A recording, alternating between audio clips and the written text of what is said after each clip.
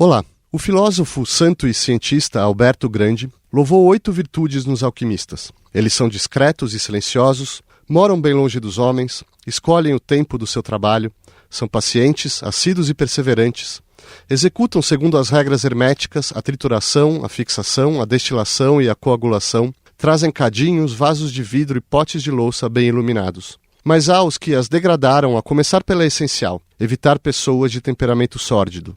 Para alguns, a falta de rigor empírico, o flerte com a magia, a busca do poder mundano pela transmutação de vis metais em ouro, fazem da alquimia a história de uma quimera, se não uma fraude. Para outros, é o supremo dom divino, a arte de integrar o mundo natural ao espiritual pela reflexão, ação e criação de um coração puro.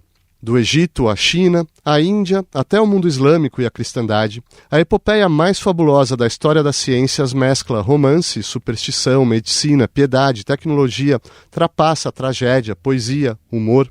Forjados pela fé do Deus 3 vezes grande Hermes, de que o que está no alto está embaixo, o grande no pequeno, o dentro fora, o um em todos e todos no um, ora cortejando Sofia, a divina sabedoria, ora barganhando com o demônio como Fausto, para cada imperador ou papa que baniu a alquimia, há um imperador ou papa alquimista. Estimada por filósofos como Maimônides ou Tomás de Aquino, praticada por pais da ciência como Boyle e Newton, tão cobiçada quanto ridicularizada por suas panaceias, a pedra filosofal ou o elixir da vida, quem dirá que a alquimia não tocou a volátil quintessência do pó, do poder e da felicidade? Há milênios comungamos fermentados como cerveja ou vinho em rituais familiares e religiosos com amigos, mortos e deuses. Mas só dos alambiques alquimistas veio a prata e o ouro líquidos dos destilados. Ela inspirou Monteverdi, cintilando na forja da mais espetacular das artes, a ópera. E foi o crisol do cinema. Um alquimista árabe inventou a câmara escura e um francês pode ter fixado imagens fotográficas em 1750, 100 anos antes de Daguerre. Paracelsus foi precursor da homeopatia e da alopatia. Buscando ouro na urina, um alquimista de Nuremberg descobriu o fósforo que queima em nossos palitos e queimou nas bombas que aniquilaram Nuremberg. Rutherford, um pai da física nuclear, se dizia um alquimista moderno. Jung viu nos laboratórios alquímicos os elementos de sua psicologia profunda. Paulo Coelho forjou o chumbo de sua lenda pessoal, pregando a mão que tudo escreveu, e a transmutou em ouro literário e literal na aventura do seu Alquimista, na qual uma massa de leitores viveu seu sonho de descobrir o tesouro secreto que sempre possuiu no deserto de suas vidas. A física hoje persegue o enigma da integração do macromundo da relatividade geral e do micro-universo quântico. Afirma a mutação da matéria pela observação e a interconexão de fenômenos distantes, como o voo de uma borboleta e um maremoto, ou uma partícula no Sol, outra na Lua e outra na Terra. E dá a qualquer um a chave para transmutar chumbo em ouro, basta bombardeá-lo num acelerador de partículas a custos astronômicos em troca de quantidades microscópicas. Em nossos tempos de fé dogmática na ciência, de nostalgia delirante por uma medicina holística e de profecias transhumanistas, terão os alquimistas desaparecido para sempre? Ou estão chegando? Para discutir a alquimia, convidamos Ana Maria Alfonso Goldfarb, professora de História da Ciência da Pontifícia Universidade Católica de São Paulo, Márcia Ferraz, professora de História da Ciência da Pontifícia Universidade Católica de São Paulo, e Paulo Porto, professor do Instituto de Química da Universidade de São Paulo. Ana, você pode nos iniciar apresentando uma definição com a qual a gente possa trabalhar aqui de alquimia? Então, é o seguinte, Marcelo, a gente teria que falar primeiro do que foi a imagem da alquimia, né? E por que essa imagem se fixou e quando que ela começa a desaparecer. Então, em primeiro lugar, a gente tem que lembrar que a alquimia é sempre lembrada como uma ciência de laboratório. Aliás, esse é o nome que ela leva antes de se tornar alquimia, ou o nome vir à tona. Por que uma ciência de laboratório? Porque há mais de 1000 anos ela era parte de um conhecimento maior que se chamava hermética. A hermética, por outro lado, nós não vamos ter tempo de falar dela aqui, ela é imensa e muito complicada, ela tem teurgia, astrologia, etc. E a alquimia era a parte de manipulação e conhecimento da matéria ou do mundo natural. Então, o laboratório vem associado à ideia de alquimia como uma arte operativa, mas também teórica. depois. Outra coisa é a imagem, que normalmente, porque você está falando de alguma coisa que vem no mínimo de 3-4 mil anos atrás, né? Desde os antigos tratados mesopotâmicos e etc., até pelo menos o século XVIII e um pedacinho do XIX. São muitos séculos aí. Então, há algumas imagens que ficam. E uma delas é a do alquimista, como você disse, fechado dentro de um laboratório por anos, cheio de fumos, e tentando descobrir a fórmula para a vida eterna, a transmutação de metais, etc, etc. Essa imagem desse laboratório fechado, cheio de fumos, onde trabalha pouca gente e não tem nada que ver com a moderna, ficou porque, de alguma maneira, até 100, 150 anos atrás, era isso que o laboratório químico era. Então, veja, é uma segunda imagem que a gente tem que acrescentar, né? E tem uma terceira imagem da alquimia, que é uma ciência séria, parte da árvore do conhecimento, né? Para quem não sabe, a árvore do conhecimento é algo que se estrutura desde a época clássica, onde vão surgindo ramos e variações do que se tinha por ciência e tal. Então, a alquimia é um ramo dessas ciências, ou, em alguns casos, até o ramo principal, desde épocas da antiga Mesopotâmia, passando pela Antiguidade Tardia, em grandes enciclopédias e tratados e tal, passando por gente, sei lá, uma grande enciclopédia antiga, na verdade medieval, é a do Alfarabi. Ele lá coloca a alquimia claramente como um dos ramos principais do conhecimento. Então, essa imagem de ciência séria, de ciência do laboratório, de ciência que é feita por aqueles que entendem da transformação da matéria e tal, então isso é verdade para, sei lá, para as guildas, né? Para as antigas guildas de vidreiros, de boticários, sei lá, de quem mais, de metalurgistas e etc. Lembra dos livros do Mercier-Eliade falando disso? É verdade. Então, essa imagem poderosa, suntuosa, né, é o que a gente vai tentar aqui colocar em perspectiva histórica. Eu acho que isso é que seria importante. Perfeito, perfeito, Ana. Tá colocado o panorama no qual nós vamos nos aprofundar hoje. Paulo, antes mesmo da gente se aprofundar na perspectiva histórica, acho que vale a pena continuarmos a ver alguns elementos estruturantes. Assim. Por exemplo, a ideia de matéria que se tinha, que imperou ali durante a Antiguidade, a Idade Média, a ideia dos 4 elementos, água, terra, fogo e ar. Você pode explicar mais ou menos em síntese essa teoria e como que ela se aplica ao trabalho e às experiências, a teoria alquímica? É importante a gente não perder de vista que a concepção de matéria, ou as diversas concepções de matéria que a gente pode enquadrar no período da alquimia, são completamente diferentes das ideias de matéria que a gente tem na modernidade e na contemporaneidade. E o processo de transformação dessas concepções alquímicas para a concepção química moderna foi um longo processo que se estendeu por séculos. Então, não se pode falar num momento em que, a partir de hoje, não existe mais alquimia e é química moderna. Isso foi um longo processo, né? Se estendeu por muito tempo.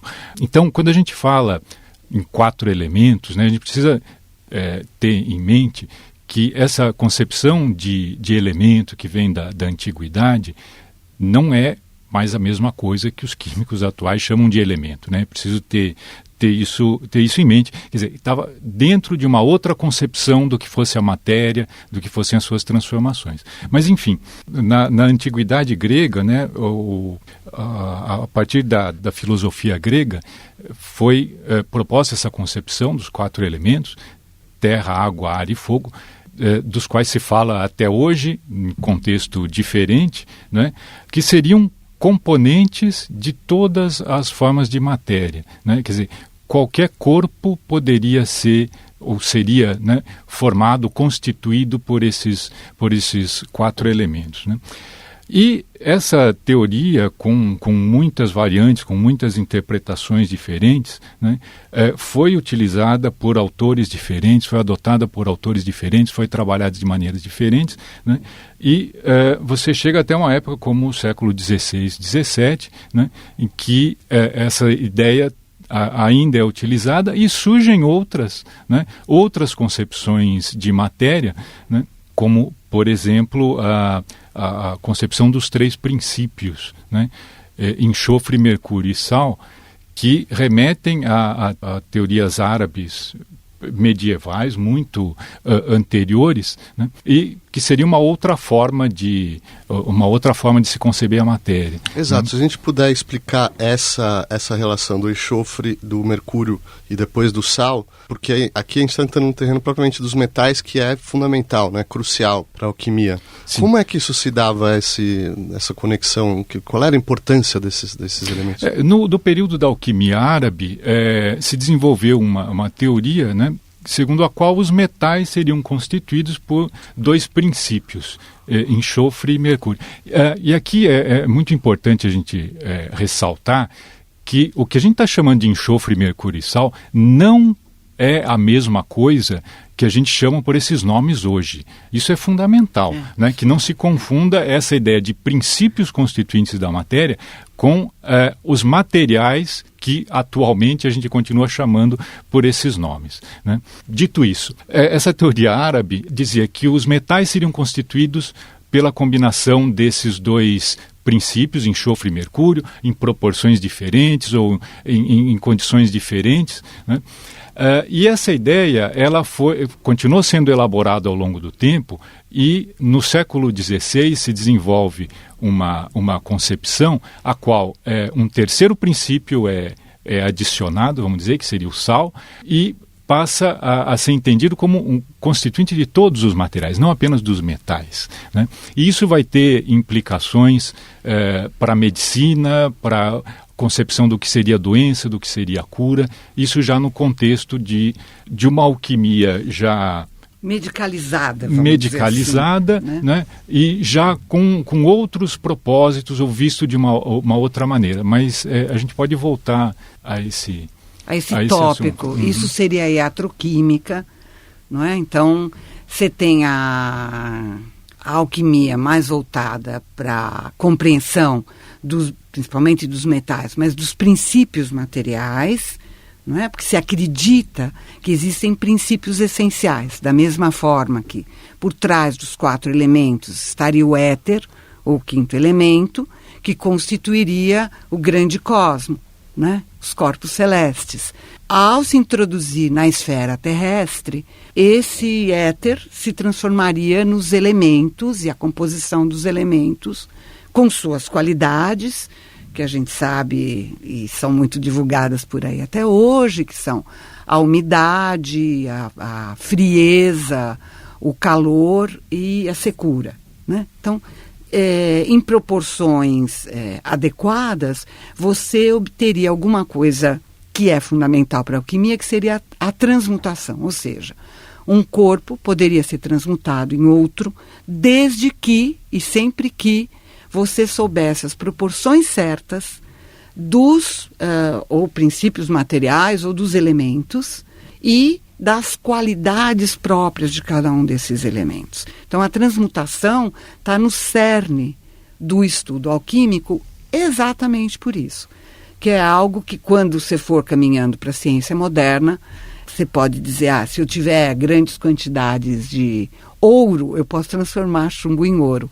Só que a conexão teórica e a visão do que seria isso é completamente diferente em física nuclear e em alquimia. Porque uma não vira a outra. Né, uma das ideias fundamentais que estavam por trás é que se os corpos são formados por um mesmo princípio fundamental, ou pelos mesmos princípios fundamentais, você pode transformar um no outro. Daí a ideia da transmutação, né? Se são os mesmos, se a gente arranjar de uma maneira diferente, a transmutação é possível, né? E essa ideia não tem mais, não tem mais lugar dentro da ciência contemporânea. Vamos ver como esse lugar vai ser perdido, Márcia, mas antes ainda, se a gente puder explorar alguns elementos estruturantes, porque um deles são essas relações analógicas entre o material espiritual, o micro e o macro, o que está dentro e o que está fora, né?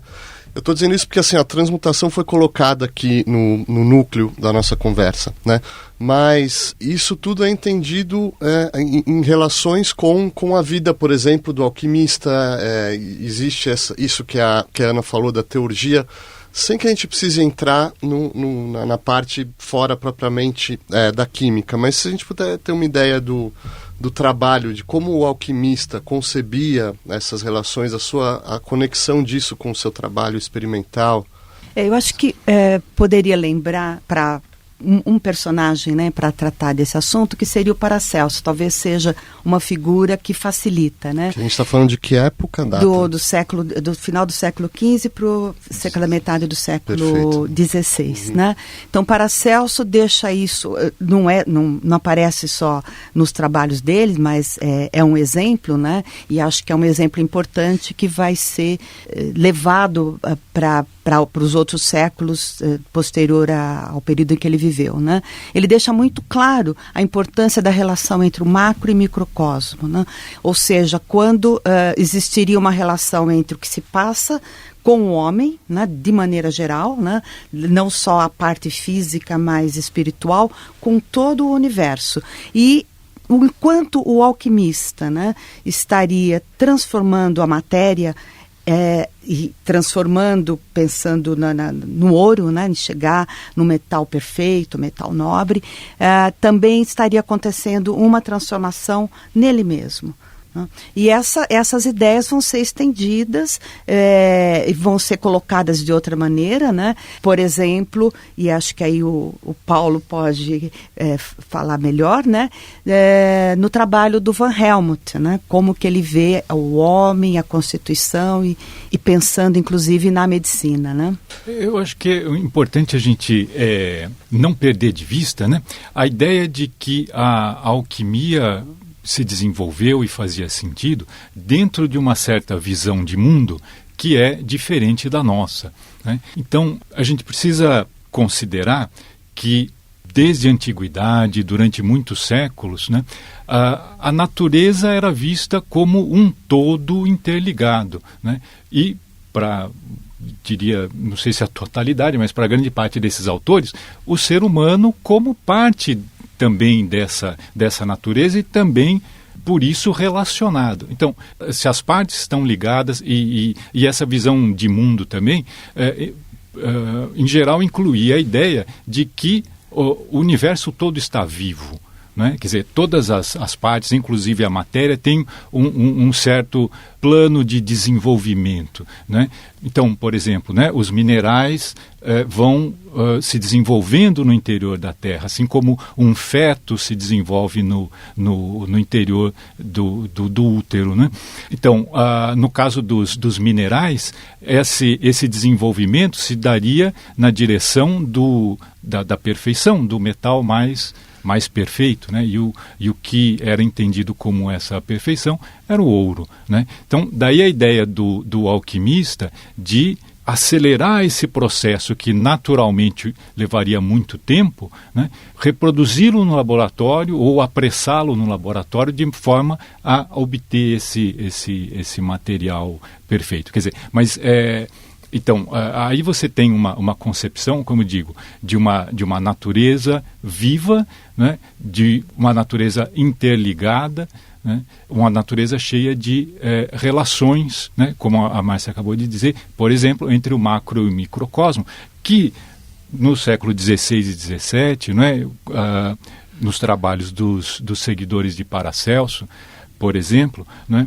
vai haver a inter-relação ou a concepção, né, dessas ideias sobre a matéria relacionadas com a medicina, né? Então, a medicina era vista como, vamos dizer, como uma ciência universal, né? Então, não havia uma separação, você não pode falar, Tinha alquimia e tinha medicina. Para esses autores era uma coisa só, né? Então, a Márcia citou o Van Helmont. Ele é um autor dessa tradição que na época foi chamada, né, de filosofia química, né? E esse autor tinha a preocupação dele, o grande objetivo dele era a reforma da medicina. O grande objetivo dele era fundar uma nova medicina a partir dos seus fundamentos. Ele considerava que a tradição médica herdada da antiguidade estava completamente errada a partir da própria concepção de elementos, das qualidades primárias.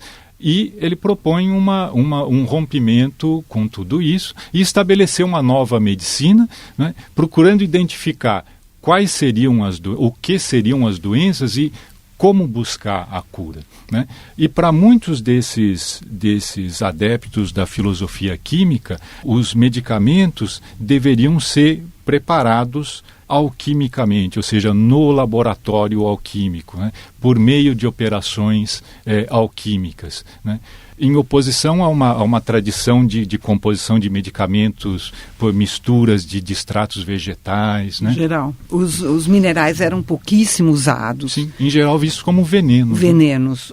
Na alquimia e na medicina árabe medieval, não. Eles começam a usar bastante, mas você nota que existe toda uma base, inclusive de desenvolvimento de aparatos para o laboratório e tudo mais, que vem dessa tradição árabe, e uma parte, inclusive alguns falsos, né, vem escrito em árabe. A turma já achava que era mais legítimo, era mais genuíno. Você tem uma tradição de desenvolvimento de filologia árabe a partir dos séculos XVI e XVII, justamente por isso, que eles estão tentando ler esses documentos que estariam disponíveis, em alguns casos, ou em outros, em faculdades de medicina, nas escolas de medicina. Você tem gente como Arnaud de Villanova, que toda a parte médica, e o que hoje a gente chamaria de científica, é em árabe. E nós estamos falando de alguma coisa do século XIV. Então, imagina no XVI e XVII.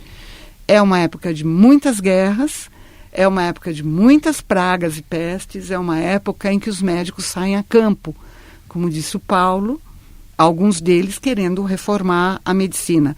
Reformar pero no mucho, não é muito no sentido atual. Essa reforma é uma reforma que retoma algumas ideias bem anteriores e a alquimia é uma delas. Perfeito.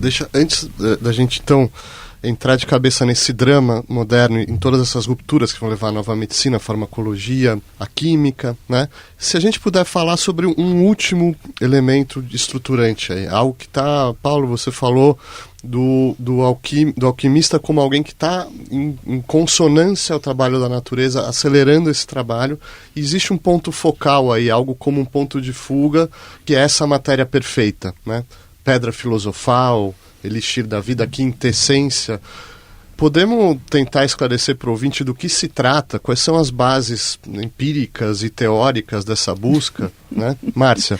Bem, é interessante que, pensando, né, nas ideias médicas, ideias químicas do período e vários dos pontos que foram tratados aqui, e no Van Helmont e etc., né, que a gente vai encontrar na metade do século XVII, né, junto à Royal Society, uma busca intensa, né, de uma receita ou de receitas para magistrais, etc. E no meio a gente tem o alcaeste e a pedra filosofal, né, que são dois dos grandes segredos da época e tal, né?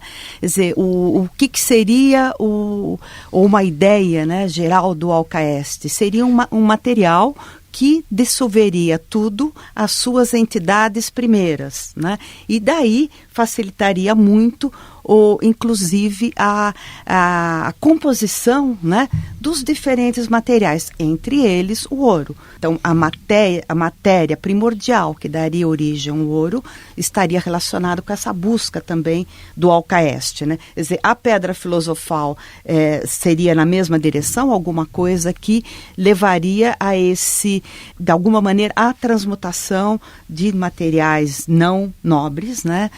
Não perfeitos, em algo perfeito como o ouro. Mas também permitiria, num período em que a medicina está se transformando, estão se descobrindo questões bem importantes que vai mudar a cara da medicina, né?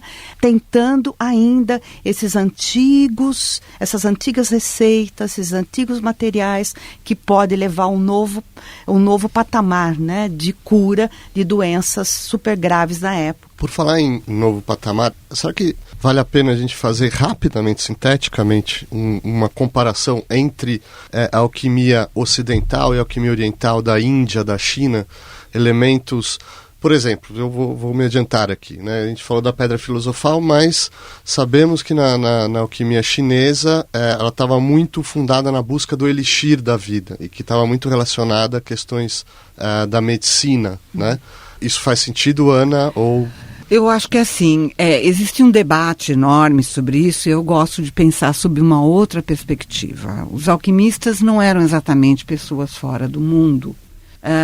Algumas delas estavam são os médicos de corte em geral, que podiam se dar ao luxo. Isso tanto no Oriente como no Ocidente, né? Eram figuras muito cobiçadas, muito bem pagas. E que tinham preocupações. Se você olhar o século XVI e XVII, você vê claramente isso. Mas se você olhar na Antiguidade, você tem em torno a esse alquimista corporações de ofício, que tinham segredos que eram das corporações. E você tinha, ao mesmo tempo, segredos de Estado. Por quê? Porque se conseguisse todo aquele ouro que em geral se prometia, ou a cura para certas doenças que eram prometidas, imediatamente você compensaria o Estado, o governo, a corte, por tudo aquilo que ela havia gasto. Então a gente sabe de Rudolfo II, né? Século Era um XVI, praticante, né? Ele tinha uma corte de alquimistas, mais do que a corte de súditos, ele tinha uma corte de alquimistas em volta a ele, né? Então, no Oriente, nesse ponto, não era muito diferente. Você tem variantes, como o Paulo explicou, da matéria, são outras ideias de matéria, que não as aristotélicas, não as da Grécia clássica. Mas, quanto aos propósitos, que é o que a gente estaria discutindo nesse momento, eles não variam muito. Os propósitos são os seguintes: em épocas de guerra, em épocas de praga, em épocas de peste, você necessita de medicamentos que trabalhem pela comunidade, ou pelo menos os nobres, com a maior rapidez possível. A Márcia colocou a questão da dissolução. Século XVI e XVII, um dos maiores índices de mortandade eram as chamadas pedras no organismo. Então, esse alcaeste, ou esse solvente universal, que vem de Van Helmont, né, que o nosso amigo Paulo aqui conhece como ninguém, serviria para dissolver essas pedras. As pessoas naquela época tomavam inclusive ácidos minerais. Quer dizer, alguns dos grandes nomes da ciência do 17 morreram devido aos remédios, não à doença, não é? Então, isso não é diferente dos relatos que a gente tem de épocas antigas na China, por exemplo. Não é? Quer dizer, eles querem a transmutação de metais em ouro ou alguma outra coisa que não o ouro. Então, dependendo do período chinês, eles vão atrás de outros tipos de minerais que não o ouro e que eram muito valorizados, né? Quer dizer, o que eles considerassem nobre ali não necessariamente era o que o Ocidente considerou.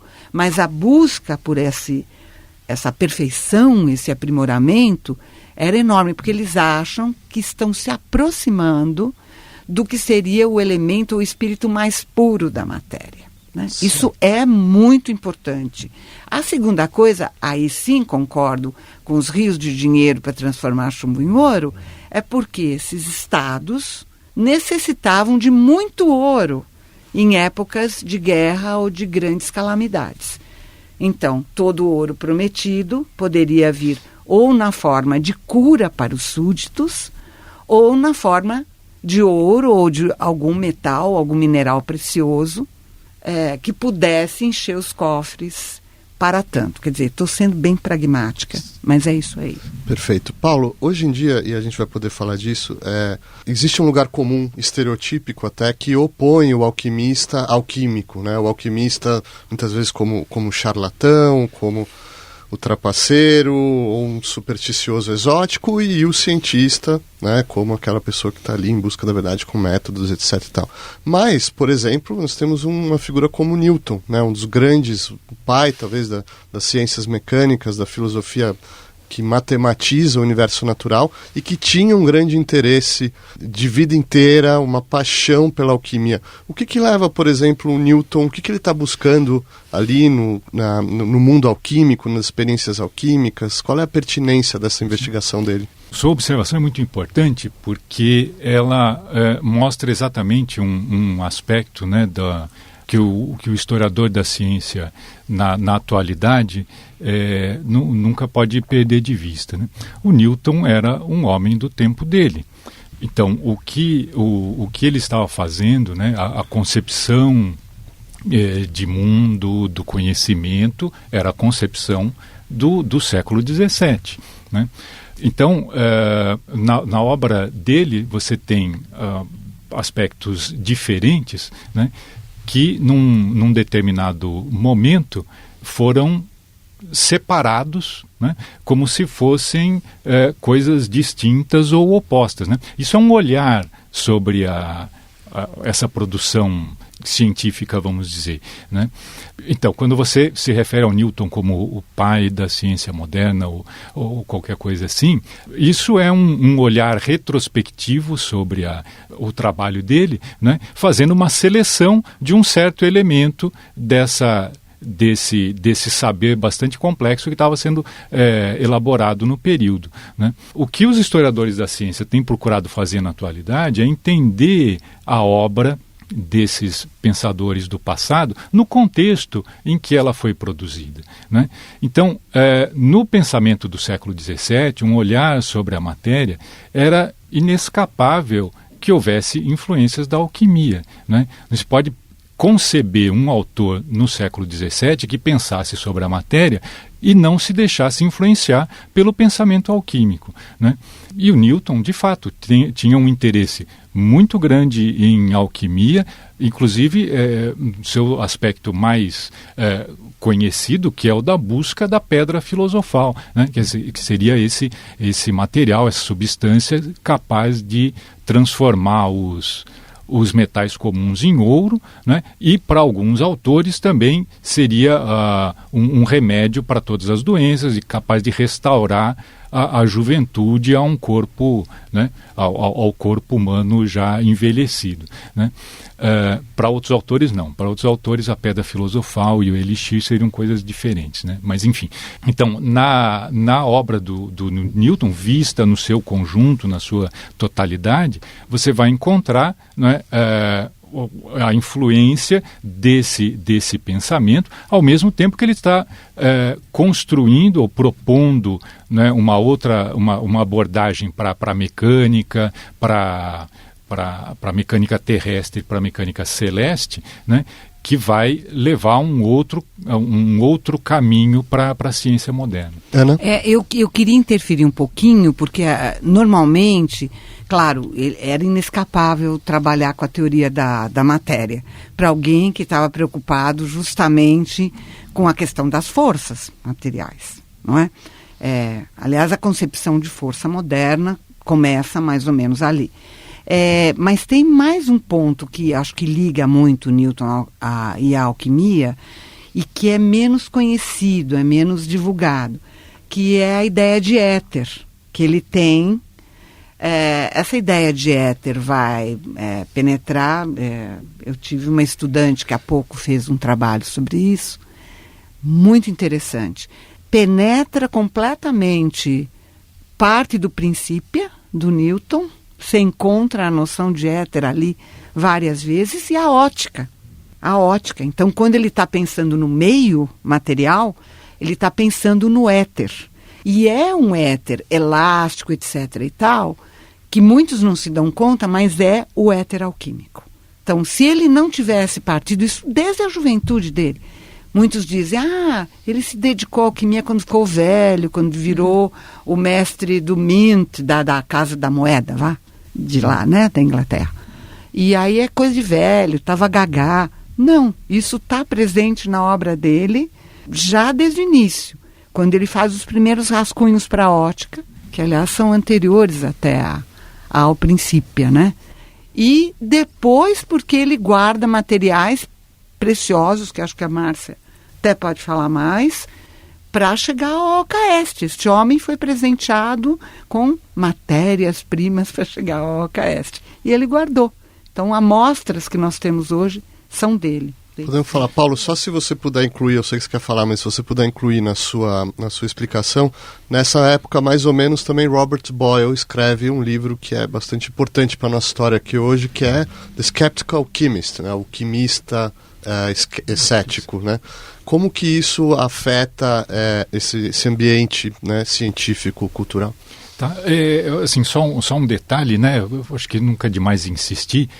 Quando a gente fala, o Newton estava tratando do éter, essa palavra tinha um significado diferente para ele do que tem para os químicos atuais, né? Porque os químicos continuam chamando uma certa classe de substância de éteres, né? A palavra éter teve muitos significados ao longo da história da ciência, né? E, enfim, como a Ana procurou deixar claro, era a ideia de uma substância que preenchia o espaço, ou que constituiu o espaço, alguma coisa assim, né? Uma matéria primordial, vamos dizer. Matéria primordial, né? Então, nada a ver com o éter dos químicos atuais, né?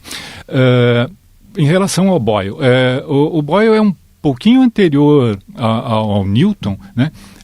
Inclusive, quando o Boyle morreu, o Newton ficou muito preocupado com o destino que seria dado aos manuscritos, especialmente os manuscritos alquímicos do Boyle, porque ele acreditava que o Boyle estivesse próximo de produzir a pedra filosofal, e ele tinha muito interesse nisso, né? Mas, enfim, o Boyle é mais um personagem desse longo período de transição, né, da alquimia para a química moderna, a que eu me referi há pouco, né? A obra dele muitas vezes é destacada como se ele fosse fosse já um químico moderno, e não pode ser entendida dessa maneira, né? É um personagem de um período de transição, né? Então, esse é um aspecto também não muito divulgado sobre o Boyle, que sim, ele tinha interesse na alquimia, em particular na pedra filosofal, e ao mesmo tempo que ele estava desenvolveu, por exemplo, o trabalho com o ar, né? A relação entre a pressão e o volume, por exemplo, né? Que o torna conhecido dos estudantes de química na atualidade, né? Chamada lei de Boyle e tal. Enfim, mas ele fez muitas investigações sobre a matéria, sobre a composição da matéria, trabalho com a bomba de vácuo, né? Já desenvolvendo. Eu acho que tem um aspecto importante no trabalho do Boyle, né, que é o desenvolvimento nesse período do que viria a ser a concepção moderna de experimento, né, que inclui aspectos como criar condições que não existem na natureza, quer dizer, não apenas observar a natureza, mas criar condições que não existem para ver como ela se comporta, né? Como é o caso da bomba de vácuo, né? Isso é um exemplo interessante, né?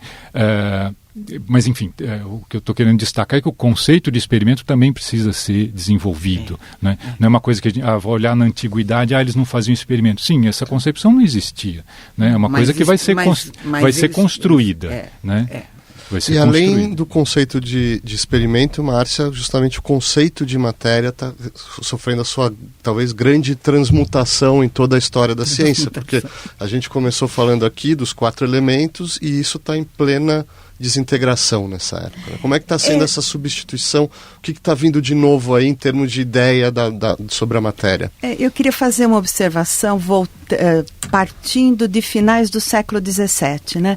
Porque como está sendo discutido, né, e os exemplos que foram dados são mais do período até metade do século XVII, embora Newton vai viver até parte do século XVIII, né? Mas a gente tem a mesma ideia dos 4 elementos ou dos três elementos, enxofre, mercúrio e sal, sofrendo transformações, né? No trabalho, por exemplo, de químicos germânicos como Stahl e o Becker, e são ideias que essas ideias dos 3 elementos alquímicos ou os 4 elementos aristotélicos associados se transformam de diferentes maneiras e até praticamente a época de Lavoisier, né? Quer dizer, quando a gente tem uma definição diferente de elemento, né? Então, a partir daí, tem claro, numa publicação, né, uma definição usada até hoje, uma definição operacional do elemento, né? Mas tem todo um período bastante longo onde essas discussões se mantêm, inclusive questões relacionadas, como acho que o Paulo mencionou, à geração dos metais, né? Então, tem publicações de metade do século XVIII onde eles estão discutindo se os metais são gerados no seio da Terra a partir de uma matéria primordial ou eles foram colocados nas quantidades que existe por Deus na Terra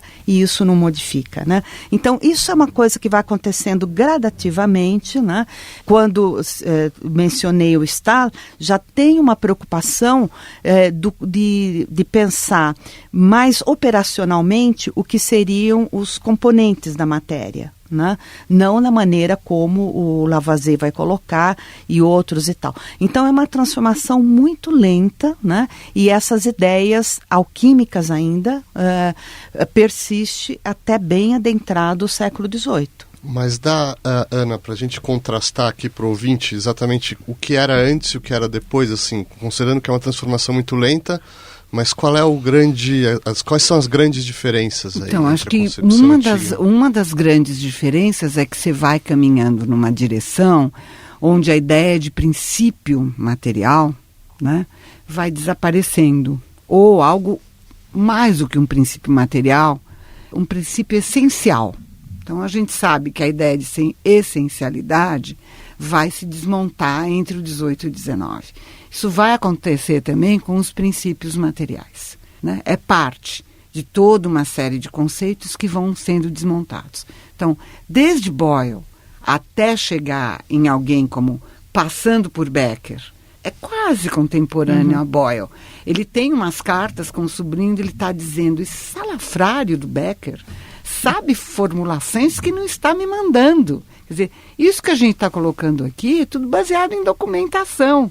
Não é nada tirado da nossa imaginação, né? O Becker promete vender segredos para a coroa inglesa. O Becker vem de regiões germânicas, de regiões do que hoje é a Alemanha. Então tem que lembrar de toda a situação de guerras, conflitos e etc. E ele está tentando vender, sei lá, né, as coisinhas dele lá. Eles têm encontros de alquimistas. Eles têm... não vou falar conclaves, porque dá uma impressão muito transcendente, mas eles escrevem na carta. E naquele congresso que tivemos, não sei aonde, fulano fez o grande experimento, quase que ele chega num elixir de tal, ou numa fórmula magistral, que é o que eles estão mais interessados naquele momento. Então, um desses elixires seria o ouro potável, por exemplo. Para chegar nesse ouro potável, que eu acho que de potável não tinha nada, você está falando de uma dissolução do ouro meio complicada, porque no século XVII se vendia essa receita de uma forma meio cifrada em livros que as pessoas pagavam caríssimo e depois não conseguiam fazer, entendeu? Então, você tem, por exemplo, em algumas receitas, se você acompanhar o destino daquela receita entre o século XVI e o século XVIII, você tem uma história contada de como essa variação vai acontecer. Você chega no século XVIII, alguns desses princípios elementares, ou princípios básicos da matéria e tal, já começam a não ser considerados. Já começa a se dizer, até chegar em Lavoisier, que a água não é um elemento, que a terra não é um elemento, não é? E daí por diante, aí eles começam a desintegrar os próprios elementos. Essa desintegração vem da desintegração da própria concepção de elemento, da concepção clássica de elemento, não da nova concepção que vai começar mais ou menos a partir de Lavoisier, mas é sobretudo no 19 e com a física atômica do meio do 19 para frente que você realmente vai criando uma noção de elemento mais semelhante à que a gente até tem. Ela varia, até o começo do século XX ela vai variar. Mas é olhando para essas receitas, e a gente já fez muito isso, que você vê a distinção. Então, coisas em que se acreditava piamente, e alguém como Newton, e alguém como Boyle, e sei lá, alguém como Glauber, que era considerado grande químico ou alquimista do século XVII, né? Um foragido da Guerra dos 30 Anos, que foi para os Países Baixos e montou um laboratório imenso. Tinha gente que daria um braço a cortar para passar algumas portas desse laboratório. Eles acreditavam piamente em materiais que hoje a gente consideraria banais, como os ácidos materiais, os ácidos minerais, por exemplo. Ou algumas formas de concreção de sais, etc., que a gente consideraria idióticos. Na época, o pessoal era capaz de matar para conseguir esse segredo. E era um pouco, vê se você me passa essa fórmula, que eu te passo esta outra. Então você tem correspondências e tudo, mostrando essa troca, que a partir do 18 vai se desintegrando, vai criando essa noção de matéria que a Márcia colocou e tal, cada vez mais, de forma mais ensejada, mais concreta. Eles falam de etapas da análise química, que são etapas que dependem de algo, do que ela falou, de algo muito concreto, pragmático. Então, toda aquela parte do princípio material vai desaparecer. Até no século XIX, você está mais ou menos limpa dessa ideia de matéria anterior. Certo. Podemos fazer uma rodada final aqui e falar sobre talvez o legado, o presente, eventualmente até o futuro da alquimia, porque a questão é o que resta hoje, né? Ficamos só com uma mitologia, com a figura popular do alquimista. Existe algum espaço para uma visão, para a visão holística da alquimia? A alquimia está totalmente morta, algo vive, algo pode renascer, não sei. Eu estou jogando cartas aqui na mesa porque eu gostaria de ouvir de vocês o que se apresenta hoje, talvez para o futuro da... Bom, sendo químico, né, tendo formação em química, né, eu posso dizer que não existe mais lugar para a alquimia dentro da concepção de matéria que a gente tem hoje em dia, considerando os resultados que a química moderna obteve, né, aquilo que ela se propôs a fazer e o que ela conseguiu fazer com uma concepção de matéria, do que é o que são as transformações, o que é a estrutura da matéria, tendo tido tanto sucesso, né, como ciência da matéria não há mais lugar para a alquimia. Mas como você disse, né, a alquimia sobrevive, digamos, no imaginário, na cultura popular, né? A ideia, por exemplo, de 4 elementos, né, que se associa com uma variedade de coisas, com ideias da astrologia, que você vai pensar, bom, que lugar tem a astrologia na ciência moderna? Não tem, né, mas sobrevive, continua existindo como uma outra manifestação da cultura, né? Existe a interpretação da psicologia analítica para os processos, né, o processo de individuação, de que que fala o Carl Jung, né? E que então trabalha com elementos das ideias alquímicas, né? Mas não tem a ver com a concepção de matéria, né? Com a operação sobre a matéria. Então é um outro campo, né? Onde, enfim, ideias da alquimia encontram uma outra interpretação já num contexto completamente diferente, né? Então, Ana, eu acho, como historiadora da ciência, que a alquimia, por ter sido considerada uma ciência durante tanto tempo, e ela era considerada, ela era parte das árvores de conhecimento, parte da antiga divisão enciclopédica dos conhecimentos e tal, como é que uma ciência dessas, da mesma forma que a astrologia ou a teurgia, etc., vão ser subsumidas nas novas árvores de conhecimento, elas desaparecem para surgirem outras, como, por exemplo, a mecânica, que não era considerada uma ciência, se torna uma ciência aí das mais importantes, né? Olhando para a alquimia, o que a gente vê? A gente não vê uma pré-química, historicamente falando. O que a gente vê é uma forma de conhecimento da matéria, de manipulação da matéria, de estudos da materialidade, de concepção de laboratório, de concepção de experimento, de concepção até de cosmo, muito diferente da nossa, né? Então, historicamente, olhar para a alquimia, saber como ela era concebida, quem foi que a concebeu, como ela era trabalhada, etc., nos coloca numa posição de entender melhor o que foi a ciência antes e o que ela é agora.